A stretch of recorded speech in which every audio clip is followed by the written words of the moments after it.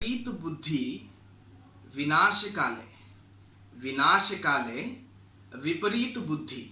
क्या खूब कहा चाणक्य ने। जब विनाश का समय पास आता है तो बुद्धि कुछ उल्टी दिशा में काम करने लगती है।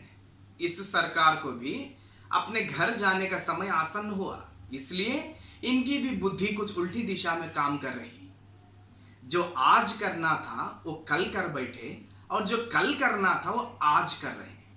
रही बात प्रवासी कर्मचारी की हो या कुछ तब्दीलियां रिफॉर्म्स की हो, इनकी बुद्धि ना कुछ उल्टी दिशा में जा रही है। जो हालात आज देश में बने हैं इसकी पूर्ण रूप से जिम्मेवारी मोदी सरकार की है, सरासन मोदी सरकार की है। जिस सरकार को दूरदृष्टि ना हो, जिसका कोई लक्ष्य साधन ही ना हो, बस अपने नाम की परवाह, अपने पब्लिसिटी की परवाह हो, तो भले नतीजे इसी तरह के होंगे। इसमें चौंकने की क्या बात है। हाँ, सरकार को हर नए दिन चुनौतियों का सामना करना पड़ता है। ये कोई पाकिस्तान वाली बात नहीं जो 56 इंच का सीना दिखाए और टाल दिया जाए। ना के मुसलमान की बात, इसे राजद्रोह या देशद्रोह का छप्पा मारकर चुप करा दिया जाए। ये जानलेवा महामारी है मोदी जी, आप इसको हल्के से ले रहे हो। ये मानव जाति के लिए संकट है। आप इसको संभालने में पूर्ण रूप से असफल रहे। और वो क्या कहते थे, मोदी है तो मुमकिन है, मोदी ये है, मोदी मसीहा है, मोदी वो है। हर हर मोदी के नारे गूंजते थे। ये तो आपकी खुशकिस्मत थी और भारत के गणतंत्र की अखंडता थी कि आप जैसे चाय वाले को भी प्रधानमंत्री का पद सौंपा गया। इसका ये मतलब नहीं कि आप बस उधर बैठे रहे, चाय की गप्पी लिए और 2-3 चुटकुले सुना दिए गए। इसका ये मतलब कि आप जैसे आम इंसान को, हम जैसे आम नागरिक को भी देश चलाने की जिम्मेवारी सौंपी जा सकती है।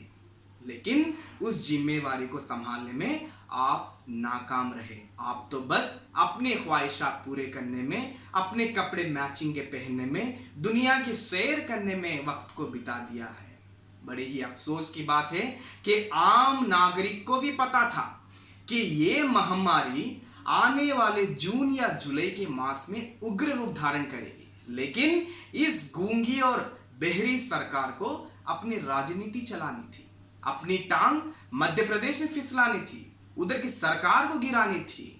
इस गोल मटोल सरकार ने इस महामारी को दस्तक दे दिया हमारे देश में, और इसके नतीजे आज के 90,000 केस, कल के 2.5 लाख केस होने जा रहे हैं। इसका पूर्ण जिम्मेदार पूर्ण रूप से मोदी सरकार ही है। और रही बात कर्मचारियों की, इनकी हालत तो बस गंभीर और पीड़ित है। कल को सुने रेल ने कुचल दिया, आज सुने ट्रक ने कुचल दिया। शर्म की बात है, और इस सरकार को शर्म से डूब मरना है कि आप अपने नागरिकों को उनकी जान उनके हाथ में दे दी।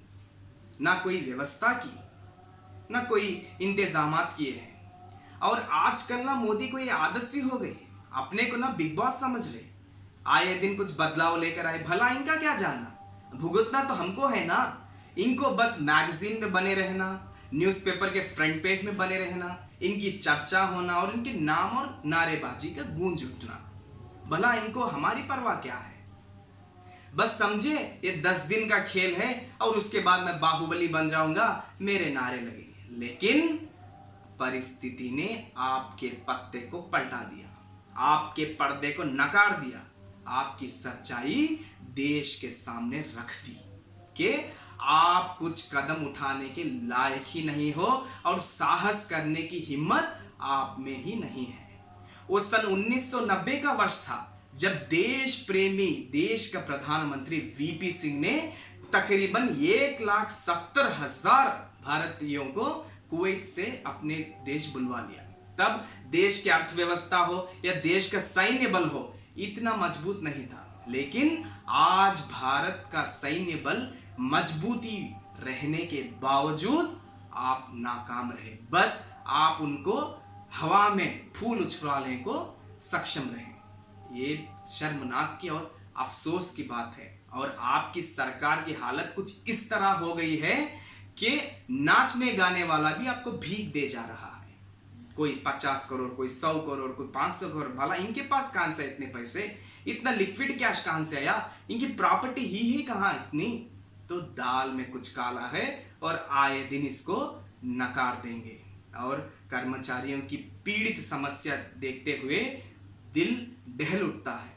आप बात करते हैं राशन दे रहा हूं, गेहूं दे रहा हूं, जब उनके पास चूल्हा ही नहीं, जब उनके पास तेल ही नहीं, तो आपके राशन का किस चीज का, क्या वो कच्चा चाबे।